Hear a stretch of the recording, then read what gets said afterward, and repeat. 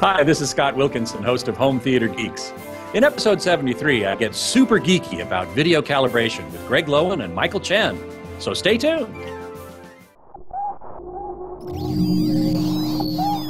Netcasts you love.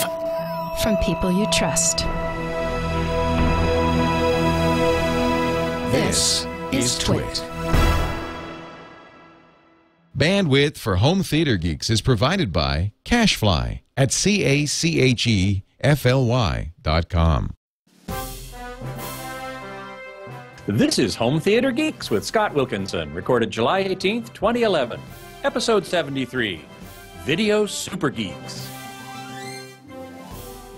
This episode of Home Theater Geeks is brought to you by Netflix. Watch thousands of TV episodes and movies streamed to your PC, Mac, or TV instantly. For your free 30-day trial, go to netflix.com/twit.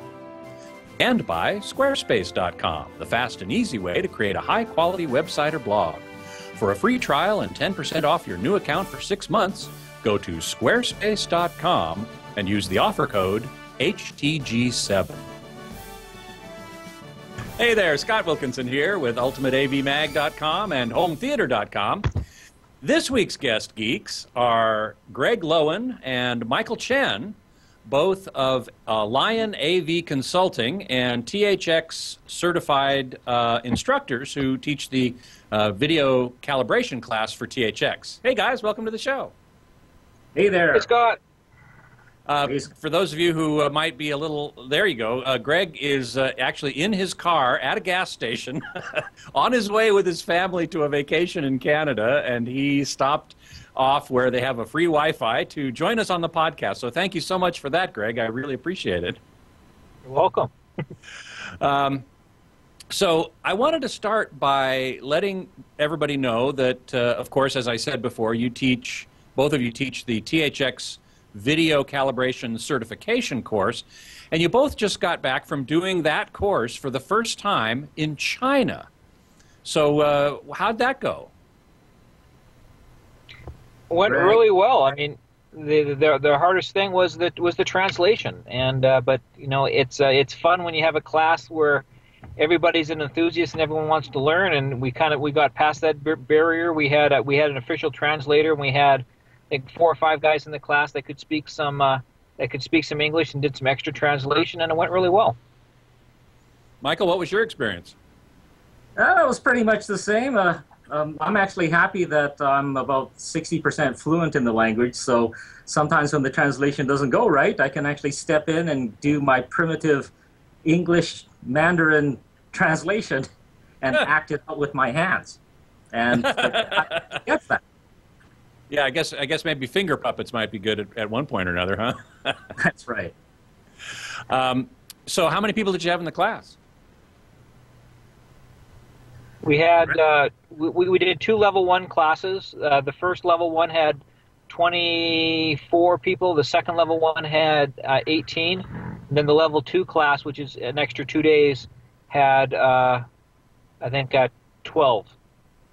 Now, were these mostly, Michael, were these mostly professional calibrators or people who wanted to be professional, or just enthusiasts who just wanted to be able to do their own TVs and displays?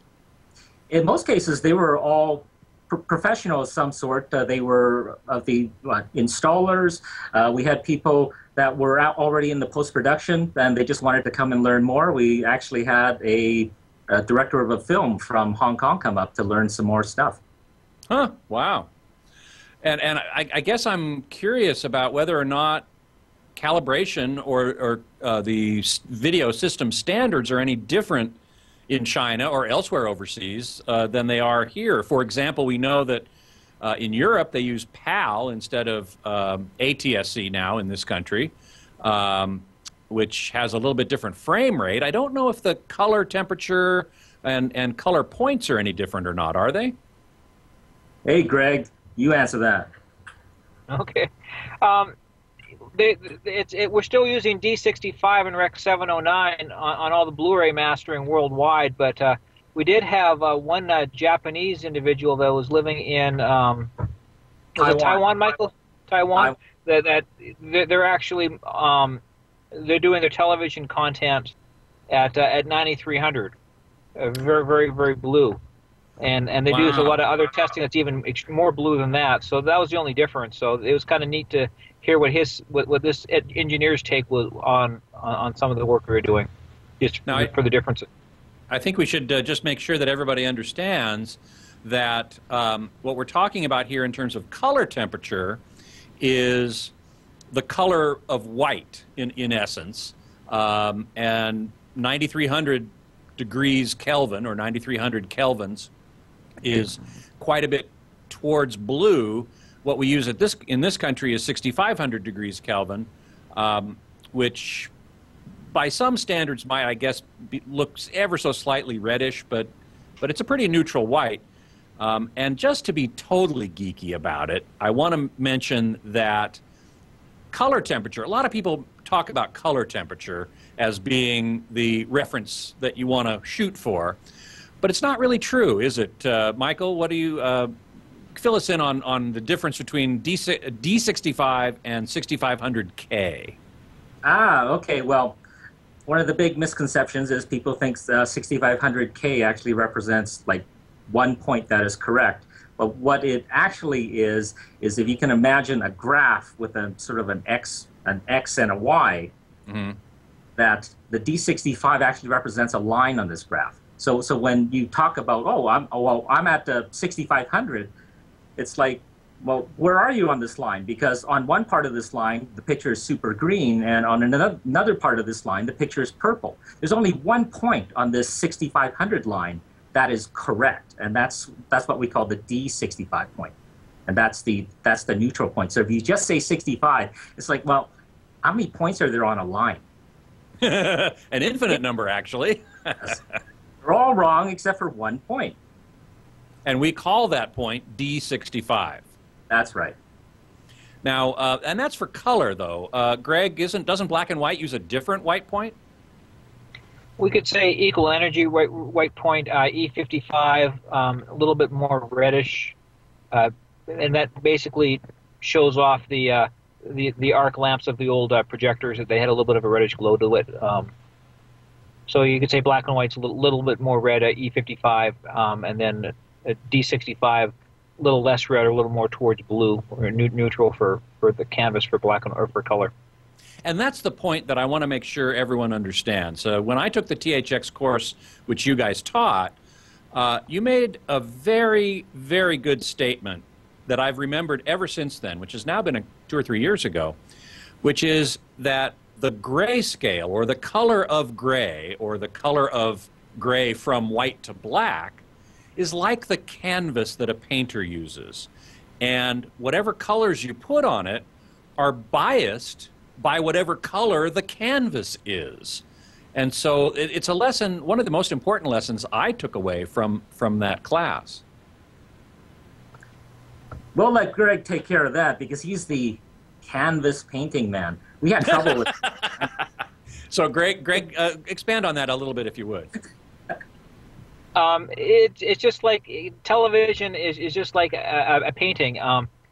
Television, color television is based on historical black and white television, where there's a black and white canvas, and then color is added on top of the canvas. If the canvas isn't neutral, if the canvas has a pink or a green or whatever hue to it, that the color of the canvas will come through in the paint, and it will affect colors. So in television, we have to have neutral gray canvas before we can add the paint on top of the canvas. We refer to, sorry. Go right ahead, please. And then we refer to the when you talk to actually about the signals, we refer to the black and white of the canvas as a luminance signal. Then we refer to the color as the chrominance signal. Or shorten it. It's often shortened to luma and chroma. All right. Y and C. Right. Now, what about the color points? We've talked now a little bit about the white point, or the gray point, which is specified in this country as D65, and interestingly in Singapore, did you say it was D93? Right. Well, not I'm not sure if it was D93, but I mean 9300 generic. 9300, which again we know very is blue white point. Yeah, exactly. what about the color points, the red, green, and blue points? Are those different from one region to another? Greg? If it's Blu-ray, it's all the primary RGB is the same. I'm sorry, the primary RGB. Go ahead, Greg. Yeah, you're it. The primaries are the same. The secondaries are always based on the location of the white balance point. So the secondary locations would be skewed towards whatever color the canvas is. So in the case of Japan, the secondaries are always skewed to have extra blue added. And we should point out again, or we should define that the primaries are red, green, and blue. The secondaries are called yellow, magenta, and cyan, which are located sort of between those primary colors. Exactly. Now, yeah, so clearly the importance of calibration, of video calibration, grayscale calibration, is to get that canvas correct. But I've often been asked by consumers, how important is it to do if you, for example, get your basic picture controls correct, your brightness and contrast, color and tint, which are available in every TV these days. Michael, how do you respond to that question? Well, there seems to be sort of a general consensus amongst sort of industry and calibration professionals that if a person actually goes about and sets the 5 primary user controls correctly, again, the brightness, the contrast, the color and the tint, and their sharpness control correctly, and that's the big if, but if they do that correctly, they have actually achieved in the order of 70%, 60 to 70% of all the improvements they would ever expect to achieve out of the TV set. So just setting user controls correctly, that's actually the biggest step. Instrumentation comes in when we want to do the grayscale and the colored triangle stuff, but this is the law of diminishing returns. Right. Greg, what do you have anything to add to that? I'm sure people must ask you the same question. Why do I need to hire you? You're going to cost me hundreds of dollars. Why can't I just do this? Well, it's the carpenter nail on the head. It's, you pay the carpenter because he knows which nail to hit on the head. And there's so many controls on these sets, even color and tint. Then you start to add all the other adjustments that are available with all the new digital technologies. Some sets have 50, 70, or 100 adjustments that you could be tweaking with to get accurate colors. Right. Here, let me take a shot at that one for fun. Sure, go for it. I like to describe this as Scott, as you mentioned. Well, why bring us in? Well, think of it like this. I come in, I'm going to help you with your math problem, and I come in with a bucket of numbers, and I just dump those numbers in front of you, and one of those numbers in front of you is actually the correct number, and I start walking out. And then you say, hey, I'm supposed to help you with your math problem. I said, I've given you the correct answer. It's in front of you. Problem is, you don't know which one of those numbers is actually the right number. So yes, the TV could be correct, but there are so many different settings in the TV set. If you don't know what the right answer is, even if the right answer is sitting in front of you, it doesn't help you at all. Right. So therein lies the value, I think, of hiring a calibrator if what you want is the absolute best that any display can do. Wouldn't you agree? Absolutely, yes. However, also as part of the entire calibration process, and definitely as we push it on the THX end, and the whole concept here is you cannot give a client simply, here's the correct answer, but if they don't understand why it's correct, it doesn't mean anything to them. So when we calibrate their TV set, we're also explaining every single control that we use along the way, and we show them why this is the correct answer versus what an incorrect answer is. So you get the full buy-in and the full education process, and at the end of it, they understand. They not only have the correct answer, but they understand all the questions they have the understanding of why it is the best answer. But Gregg, wouldn't you say that even if you go in and do as Michael suggests and educate them about the right answer and how all these different controls work, isn't it still a little dangerous to let the user then, to think that the user might then go in and mess around with the controls that you've set up so carefully?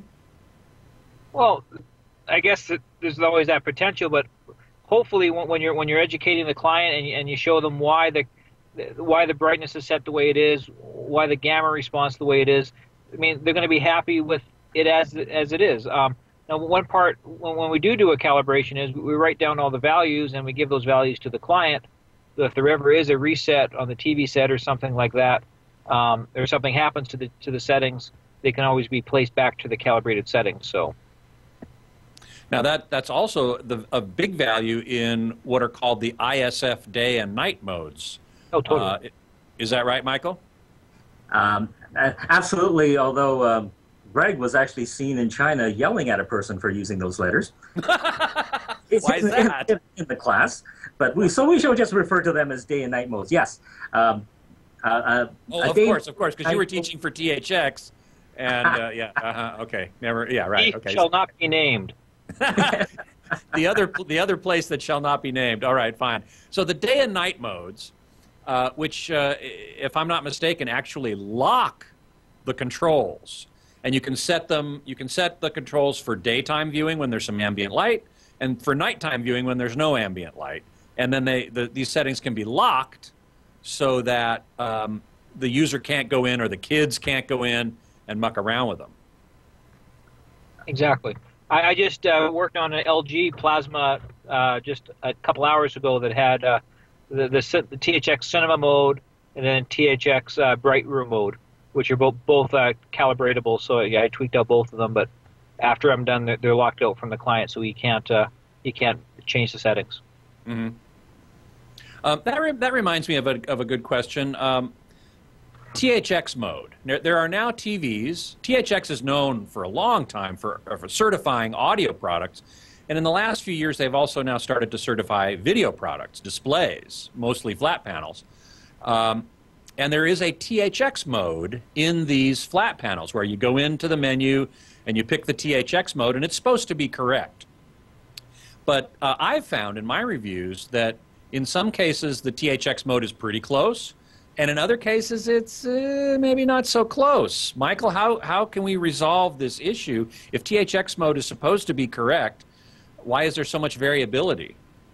The variability comes in because we're trying to make TV sets that hit a certain price point, and if you want sort of the consistency from unit to unit, instead of $1,000 TVs, we're now talking $5,000 TVs and more.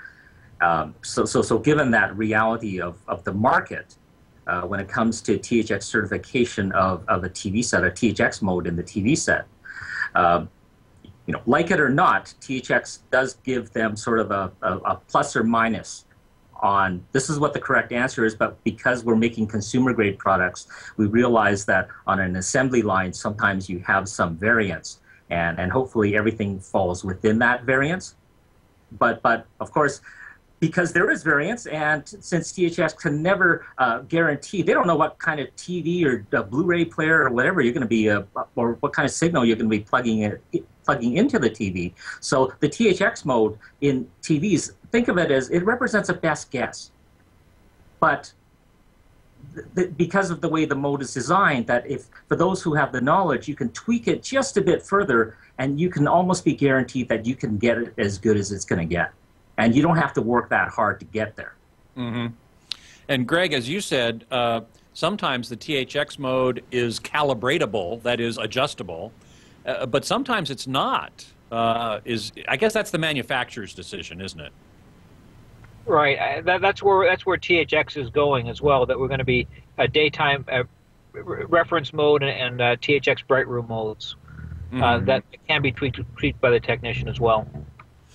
Craven M in the chat room asks, what's the difference between THX and that other company? I'll say it, ISF. Are there differences? How are the THX and ISF calibrators different, or are they? Gregg, you go first. Yeah, Gregg, go ahead first.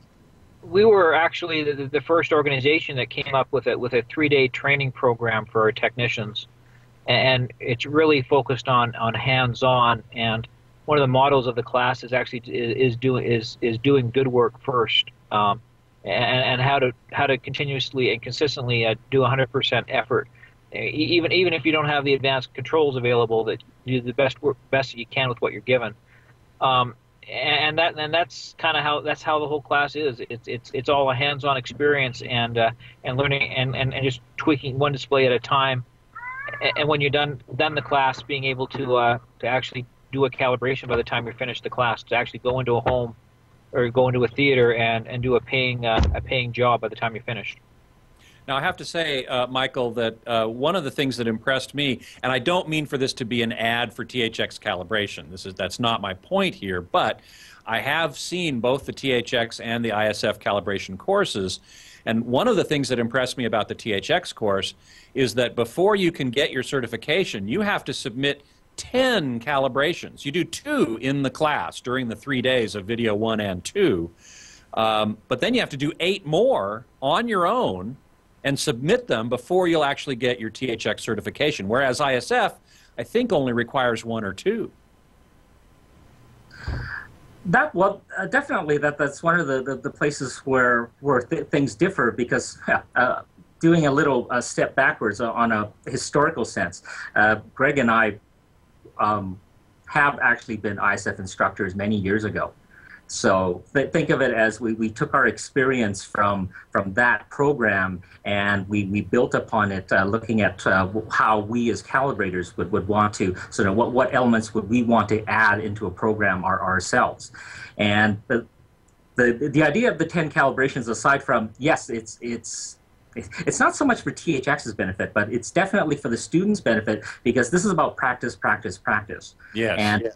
You cannot go ahead and represent yourself as a THX calibrator. Let's just say if you actually decide, I just want the letters on my my shingle, yeah. on my store. In fact, I'm not going to buy any equipment, because that's actually a monetary investment. And guess what? Because I'm a smooth talker, I'm going to convince all my clients that you don't need any equipment, that THX taught me everything I needed to know. Well, guess what? With those 10 calibrations, you can't do that. You actually have to buy equipment before you get certified. So it's a verification process, and it makes sure that no one sort of sneaks in under the radar and can misrepresent what we're actually about. We want people to do good work, but since the only way to do good work is you have to buy the equipment, and you have to properly maintain it, and there's that requirement. And yes. Listen, and you can't sneak that by anybody.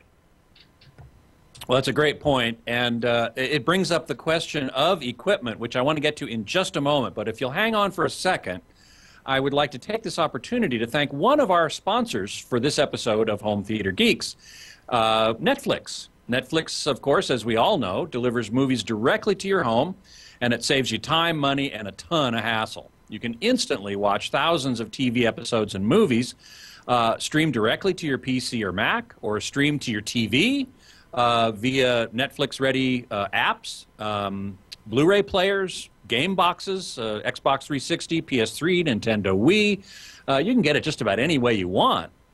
And you can watch as many movies and TV shows as you want, anytime you want. There are never any late fees, no due dates. So be sure to sign up for your free trial at netflix.com/twit. And we thank Netflix for their support of the Twit Network. So I have a bunch more questions, but first I'll pass along one from the chat room, which is from Reverb Mike. Reverb Mike in the chat room asks, what's the difference between plasma and LCD in terms of calibration? Is there a difference? Well, they all calibrate the same way now. You know, LCD historically has not had a good black level, which is not the case anymore with the new local, the regionally lit LED units. Local dimming, we call it typically. What you are going to find on most LCD panels is they take a hit on the black levels and the contrast ratios when you go off axis. So you know, even 5, 10, 15 degrees off perpendicular center, you're not having as good a contrast ratio, and that becomes an issue when you want to have more than one person enjoying the same content. If you have 2 or 3 people on the same couch, they're going to be seeing different images. An issue you don't have with plasma television. Right, but in terms of calibrating them, Michael, there's not that much difference between them, right? It's pretty much exactly the same. Now, sorry, go right ahead. Although, can I backstep just a moment? Of course, sure. I wanted to add just one more item when Mr. Craven asked about the difference between ISF and us. In addition to when we teach the class in terms of how the THX program works, is yes, there's a lot more hands-on. We want the students to understand, have a much better grasp of the mechanics of the calibration. But in addition to that, we teach the people the concept that you cannot just go into a person's home and just calibrate their TV and say you're really good at it. So you calibrate the TV in half an hour, and then you give the guy a bill for $400, and you say, pay me, and then you wonder why the guy's mad. Right? Okay. So in our program, you teach the calibrators that when you actually calibrate the TV, that's actually going to be the easiest part of the entire process. However, what do you do the rest of the time? Because you better not be walking out of there in half an hour or 1 hour. I don't care how good of a job you've done to the TV set, because $400 1 hour, you can just guarantee that the client is not going to be happy. That's where the whole idea here is you don't just teach people how to calibrate the mechanics of calibrating a TV set, but you teach them this is how the business of calibration is actually run. That you have to do a whole bunch of other things for the client to stretch out the whole time frame of the calibration process. And that's where the whole education stuff comes in. This is not just about you calibrate the TV and where's my money. Because you do that, you will get no word of mouth, or pretty much bad word of mouth, regardless of how good of a physical job you actually did on the guy's TV set. He will not be happy. And the calibrators learn that in our class. Mm-hmm.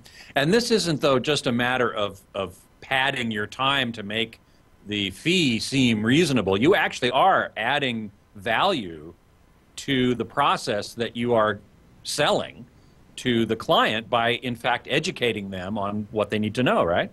Absolutely, because our little motto here is educated clients actually talk to their friends in an intelligent manner about what you did.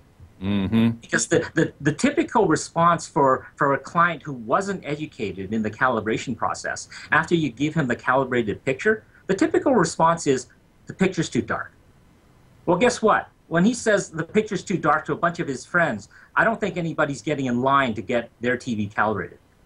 But mind you, when you win them over with the education and they understand what the process is, they become your advocates. They talk to their friends, and you educate their friends, and you literally build a network based on word of mouth. No education, no word of mouth. Right, of course. Let's see, Untamed Furby, no, I'm sorry, Lawn Dog in the chat room asks, what does the factory do for calibration on a typical TV before it goes out the door? I mean, is there any kind of standardized calibration procedure that manufacturers do before it leaves their factory? Greg, what do you think? Well, absolutely. I mean, that's part of the THX mode criteria is that the set's calibrated, but it's what's a reasonable calibration and what do you reasonably want to pay for that calibration on the retail price of a TV set. And that's always the trade-off. So like the Panasonic THX sets, they hit black level consistently. They hit the primary colors very well consistently, but grayscale is skewed off a little bit because there can be so much unit by unit variance. Mm-hmm. And if you want to spend more than 30, 40 seconds on assembly line calibrating, you're looking at increasing the price substantially, and the consumer don't want to pay for that. By the way, that reminds me of another issue with THX mode or a THX certified set that THX can't possibly predict, and that is the environment in which the TV is going to find itself. They don't know what kind of room you're going to put that TV in, how much ambient light there is there, what the reflective properties of the walls and ceiling are, I mean, that's another big issue, isn't it, that you have to take into account when you go into somebody's house and calibrate their TV. Totally. Sorry, I've got to be more of a traffic cop here. I apologize. Michael, why don't you go ahead? Well, absolutely. It's the THX mode on the TV set it's a best guess. However, it's a best guess based on what we call it's set up based on what we call the known reference room, or the THX environment. And I'm always asking people, what do you think this THX reference room that the THX mode is supposed to work best in? And the THX reference room is, guess what? It's a black room with carpet. It's black carpet. It reflects no light. And how many people actually have that kind of a room? Well, pretty much nobody. But then again, in my house, well, certainly we have that here at the studio. And at my house, I have that too. But you know, I made a deal with my wife that I could have that in my theater if she could decorate the rest of the house. And I said, sure. Right, so when you go into the client's home, and if you're playing with that specific THX mode in the TV set, you are customizing that mode to the environment, yes, to the lighting in their room, and not only that, but to the DVD player, to whatever, all the equipment that they're using, because different DVD players, Blu-ray players do not function the same, because if they did, $26 Walmart players would be just as good as $500 players. And strangely enough, they're not. Why is that? But it's all digital. Ah, bits is bits, eh? Yes. Greg, that brings up a question, Greg. The Beatmaster in the chat room asks, how much do things change between Blu-ray and DVD? And even what can we expect from 4K? Will there be any differences there? Michael just said that you know, even from one DVD player to another, there might be some differences. Are there predictable differences between DVD and Blu-ray? Well, DVD is a different color space, so there is that big difference right off the bat between that and Blu-ray. Mm-hmm. As you go up bit rates, there shouldn't be changes. You can go into compression algorithms and compression differences that can make a difference in banding or lack of banding. 4K, you know, being a higher resolution, there should be less banding as well. I think as we go forward, if you look into the crystal ball for the future, you're going to see bigger color gamuts and 12-bit processing versus 8-bit processing, which is going to be less banding and more shadow detail and that kind of thing. Mm-hmm, mm-hmm. Michael, Michael, you had something to add there? Yeah. Let's think of it this way: a 4 million pixel 4K 50-inch plasma TV or LCD TV set. If a person sits at typical distance, say you're 8 to 10 feet away from the TV set for a 50-inch TV set, there's no visible difference between a 4K and our Blu-ray at effectively 2K. Right. The pixels are too small. It makes no difference. You get nothing on the extra resolution thing unless you're watching that TV at 2 feet away. Although that does bring up another question, Michael, that I've always had, which is people make the same argument between 1080p and 720p, and they say that at a certain screen size, at a certain distance away, you can't tell the difference between them. And in terms of the pixel resolution or being able to resolve individual pixels, I would agree. But what about scaling artifacts? Most HD content is either 1080p from Blu-ray or 1080i from broadcast. And if you scale that to 720, isn't there the potential to see visible scaling artifacts even at a normal distance from a normal-sized TV, quote unquote?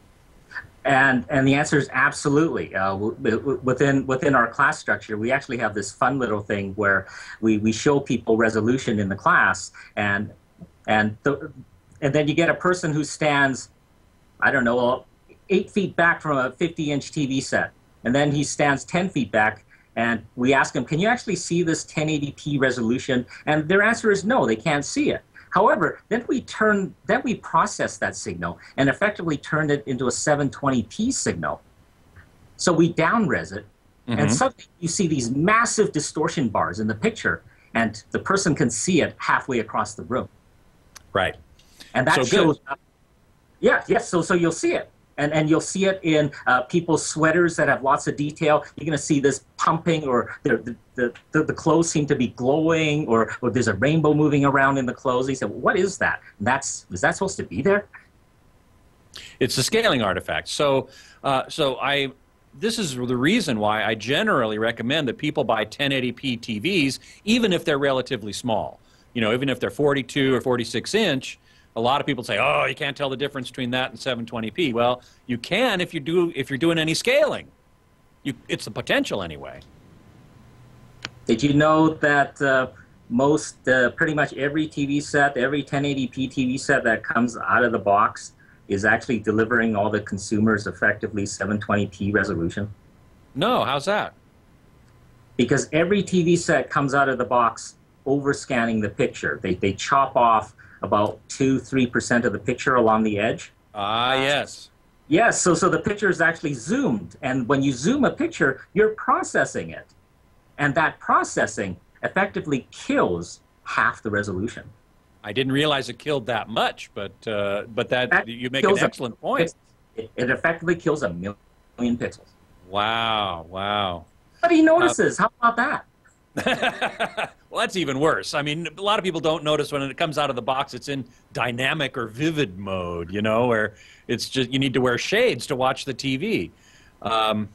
So, yeah, this is certainly my goal, is to educate consumers about what a good picture really looks like and how it can be more comfortable to watch. You can see more if you just take a little bit of time and set the basic user controls, and then if you want to go that extra 20-30% to get it as good as it possibly can be, then you either hire a calibrator or you take one of these courses and learn to do it yourself, which I want to get back to in a moment. Web 911 has been asking a question in the chat room, which is, do you have to calibrate a computer monitor to get HD TV? He's talking about an HP in particular, but that's a valid question. Is calibrating computer monitors different than calibrating TVs? Greg, what do you think? We should follow the same standard. Computer monitors digitally go from 0 to 255. Television is 16 to 235 plus headroom. So there's a little bit of a difference, but when you take that black level difference into account, the methodology and the white balance point and the color space is the same. Some computer monitors you could look at, well, if you're doing Adobe color space, it's a different size of color gamut than television is. So there are some variances. The principle holds true regardless. Yeah. Greg, Craven M in the chat room asks, where can I get information about hiring a THX calibrator? Great question, huh? we can go directly to the THX website. In the bottom, you can search under technicians and your zip code. Then you'd look for a certified video professional. We also have thxvideotech.com is more of a technical site. It's a closed technical support site, but we have the open side of it has information on the classes and how to find a calibrator. Good, good. Michael, I wanted to get back a little bit earlier. You were talking about instrumentation.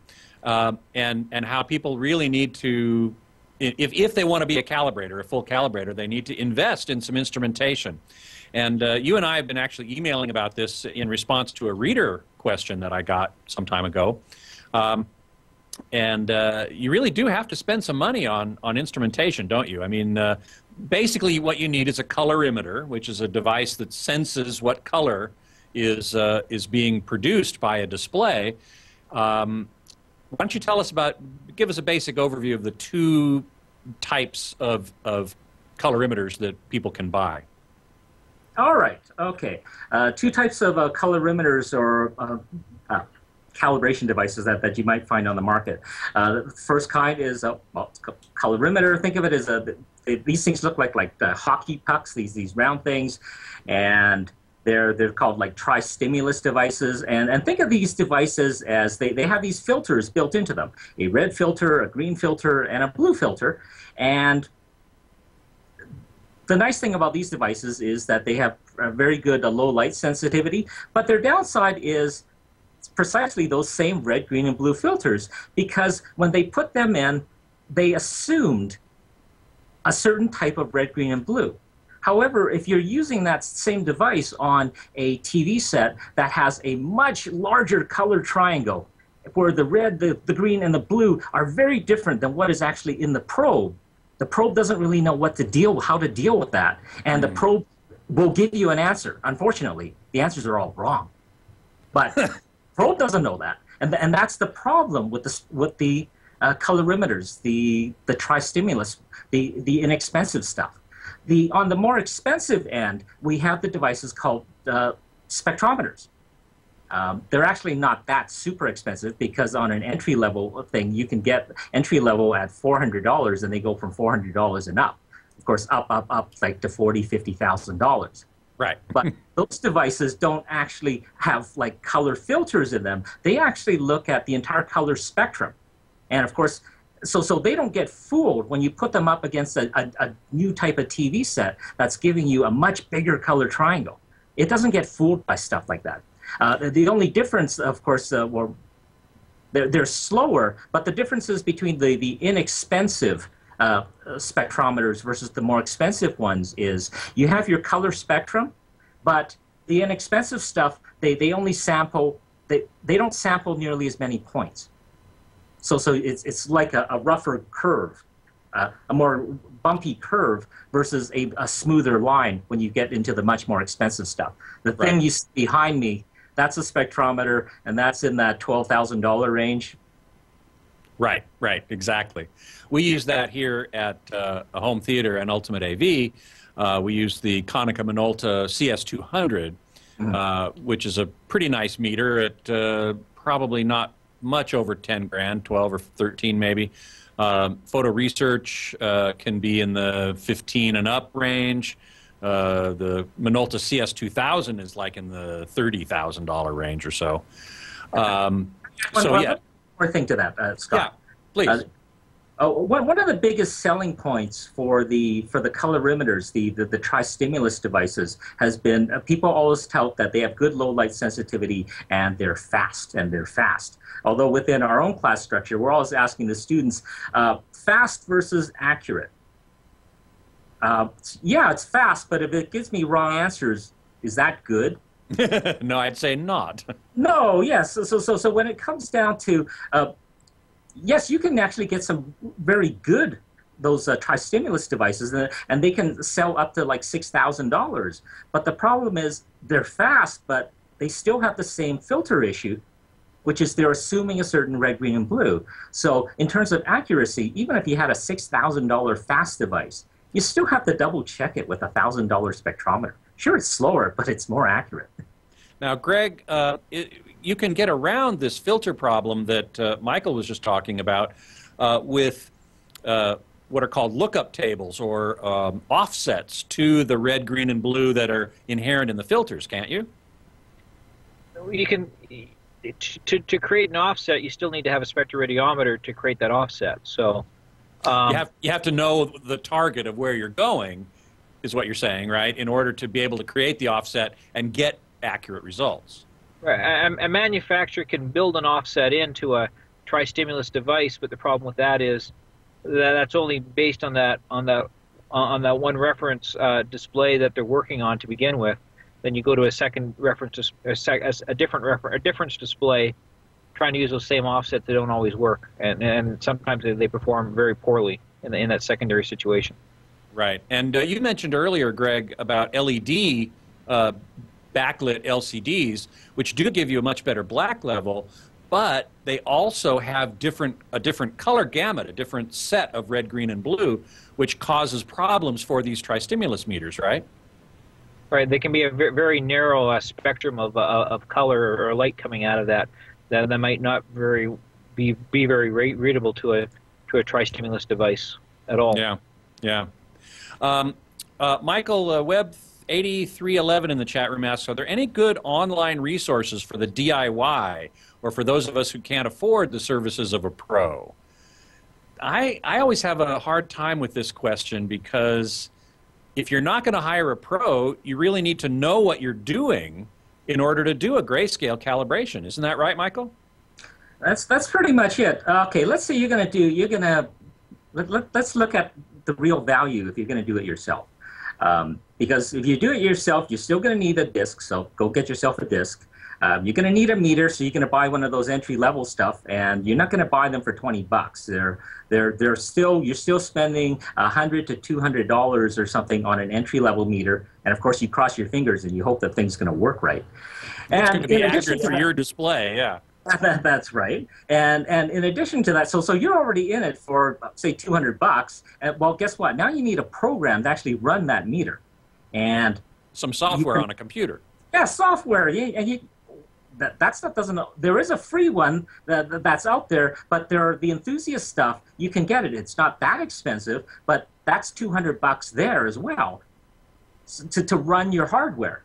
So, okay, now you're in 400 bucks, $300, $400, and a professional calibration will typically run you $300 to $400. And the thing here is, if you're going to do it yourself, now you also have to invest a heck of a lot more time into doing this thing. Learning how to do all this stuff yourself, and hoping and crossing your fingers that you actually understood the stuff you're reading about, and you're going to do it right. And it's like I've had many clients who tell me up front that they've done the do-it-yourself themselves, or they used the test disc. And remember, everybody tells me they did it correctly. Everybody says they did it correctly. Of course. And in half of all cases, half of them did it wrong, except everybody told me they did it right. It's like everybody tells me they're a good driver. Someone's lying. Who's lying? Right. Right, exactly right. The real answer, I think, to the question is, unless you take the time, unless you invest in the equipment and the software, and you take the time to really study and learn, and hopefully maybe even take the THX or other courses, which are going to cost you a heck of a lot more than a pro, is to come in and just do it, that it's really not necessarily a well-recommended approach. Let me add one more thing into here, Scott. Sure. There are home theater websites out there, like where enthusiasts can go and actually get help from other enthusiasts and a lot of professional calibrators, including Greg and myself. We also hang out there and we help people out, and you give people. We don't charge people for that. It's all free advice, and you help them out. And you try to do the best you can. Problem is, when you're, as a professional, sometimes when you're giving a person helpful advice, well, they don't listen to you because they think you have some ulterior motives. So they take the advice of someone with less experience. Interesting. Because you don't trust people with more experience because they're conflicted. They have conflict of interest.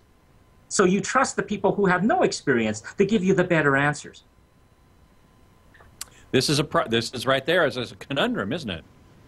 Absolutely. Greg, Reverb Mike in the chat room asks, if a TV comes out of the box zoomed with overscan, as I think Michael was talking about, how do you get it unzoomed? How do you get back that resolution that you've lost with the overscan out of the box? You have to find the 1-to-1 pixel mode or the pixel matching mode. And that'll get you down to 0% overscan and get the pixels aligned, at 1080p. On a quick note, if you get a THX certified display in THX mode, it is in 1-to-1 pixel mode with no overscan. That's part of the criteria for THX. However, most people aren't in THX mode when they open the box up and plug it in. They're still in a vivid mode or a sports mode or some kind of a demo mode that is going to be overscanning and giving a bright.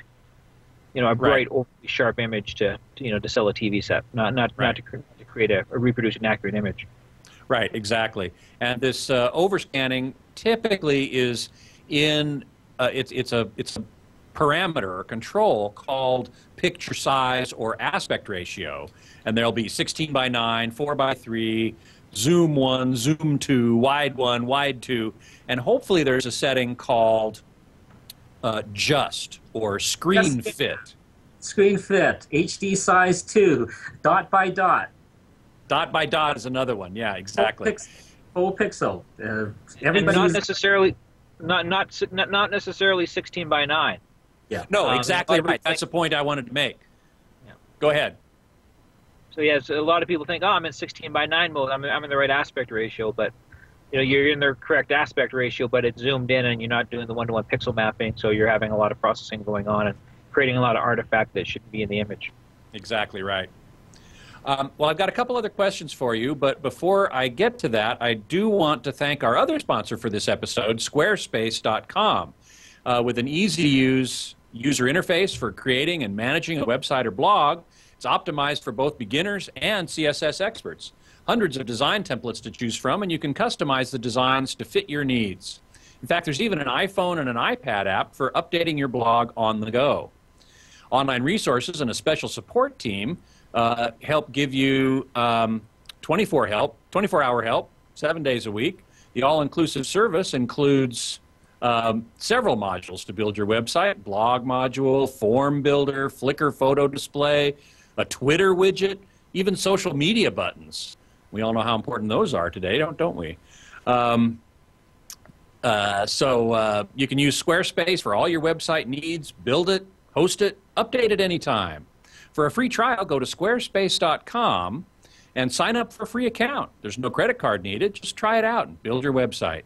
Then if you decide to purchase, use the offer code HTG7 and get 10% off for 6 months.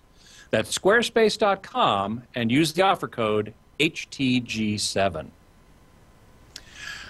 So getting back to Gregg Loewen and Michael Chen, we've had a great discussion here about calibration and TVs and accuracy and so on and so forth. There's one aspect of calibration that I just wanted to touch on, which is the color management system, or CMS. And in fact, here's a question I have for you. I've tried adjusting the color management system, which basically, just for everybody to understand, lets you adjust where those color points are, the red, the green, the blue, the yellow, cyan, and magenta, where they are and whether or not they're in the right place or not. And some TVs give you an incomplete set of controls to do that, and some TVs give you a complete set of controls. And even with a complete set of controls, though, I've had this experience, and I'd love for you to respond to it, which is I set the CMS so that the color points measure correctly, but then I go and I look at real-world content, and it looks terrible. It just looks awful. Gregg, what's going on there? Well, when you talk about color management, the color green, for example, has an intensity control, and it has a phase control for the shades of green towards yellow or towards cyan. Then there's a luminance control for green. So each of the 3 primary colors and the 3 secondary colors should have 3 controls, or 18 controls total. You can nail, like you said, you can nail the color palette at a certain intensity of color to be 100% correct. But the problem is, as you go up and down those intensities of color, those same numbers might not be linear. So you can have a very accurate green at a very bright shade of green, but when you go to a very dull shade of green, the color balance is extremely skewed, and colors won't look anywhere close to correct in real content. Okay. So you measure it at one set of values, and then as you display different colors of green, say, or red or blue or anything else, the response of the TV is not linear, and what you get is lousy looking color. Michael, have you run into the same problem? We've run into the same problem, and I guess it's one of the things that you're always reminding students, which is one thing. There's one thing, which is I can give a person a pretty graph. It looks wonderful. This triangle hits specification. It's wonderful. The graph looks wonderful, except you have an awful looking picture. Why? Because the controls don't actually work right in the TV set. But you have a pretty graph. And you ask the client, what do you want, a pretty graph or a good picture? We're not in this thing for pretty graphs. Yeah, a pretty graph might look nice, but the bottom line is we watch pictures. And I don't care what a graph looks like. We're in this to watch pictures, and people had better look right. And since you don't ever know going in that whether a color management system works right or not, you just have to default to real-life material because there's no guarantee that it works right. Magpie in the chat room asks a great question here, which leads into something I wanted to ask about. What is a suitable video test pattern generator for video calibration? Is a separate? Well, let me just ask that, and that leads to the or relates to the question I wanted to ask, which is, you can calibrate one of the inputs for a TV for a Blu-ray player or a DVD player just fine, because you can get a disc that has the right patterns on it, and you put the disc in the player and you do your calibration. How do you calibrate for broadcast content, streaming, over-the-air, cable, satellite? How do you go about doing that, Greg? Well, short answer is you can't. You have to hope that the broadcaster is giving you an accurate signal to begin with. And isn't that a vain hope? Well, some broadcasters, I think, do it much better than others. Like HDNet is an example of a channel that does an extremely good job of it. HD Movies, another channel. Showtime, HBO do a great job. Some channels do a not so great job. So you kind of have to look at the source and see what's going on. I mean, if the broadcaster is giving you high definition content, they're saying they're giving you high definition content when it's really 4:3 upconvert that's stretched to fill the screen, or 4:3 content where they even have the standard definition jail bars on the side. That's probably not going to be a quality image. So that's really, though, getting back to Magpie's question, that may be where a video test pattern generator might come in handy, right? Totally. I mean, you have to set the display for reference and realize that sometimes you don't have reference coming to the display. Reference is always the signal generator. It's never a Blu-ray player as a starting point. For the example, if you just use a signal generator or use a Blu-ray player, you don't know if that Blu-ray player is set up correctly. I mean, the black level could be wrong, or it could be there could be a gamma preset on it or whatever that's giving you an inaccurate image that you think is accurate because you're using it with test patterns, but it's doing something that's not correct. So you always got to start off with a signal generator to the display, make the display as accurate as you can, and then match your sources to match the signal generator. Very good. Michael, can you recommend? I'm sorry, go ahead. You set it up to a signal generator, but when it comes to broadcast stuff, you still cross your fingers. Do you have, Michael, do you have any recommendations of signal generators? Those tend to be pretty expensive, too. We have an Acupel 3000 here, which at the time we bought it was something like $1,300. That ain't cheap. Okay, signal generators. Okay, there's sort of right now. There's like the Cadillac piece that a lot of the calibrators use. That's from Quantum Data. That's in the starting point of about $3,600. If we take a step backwards into the less expensive, the SpectraCal guys have a box for Video Forge for about $2,500, and then you go another step backwards. You're at $1,300 now, and this is the Acupel 5000, which is 2 years or 2 generations past what you have. And on the cheap end, you can find these boxes for about $700, but the problem is they have software glitches right now, and they work correctly on some TVs and not on others, and since you don't know when they're working right and when they're working wrong, they're not very reliable. Okay, well, unfortunately, we've come to the end of a fascinating hour. I've got many more questions to ask you, so will you guys come back on? Anytime, just invite us. Great. Love to come back on. Great, and hopefully next time, Greg, not from a truck stop while you're on your way on vacation. I didn't realize I'd be in the Atlantic time zone.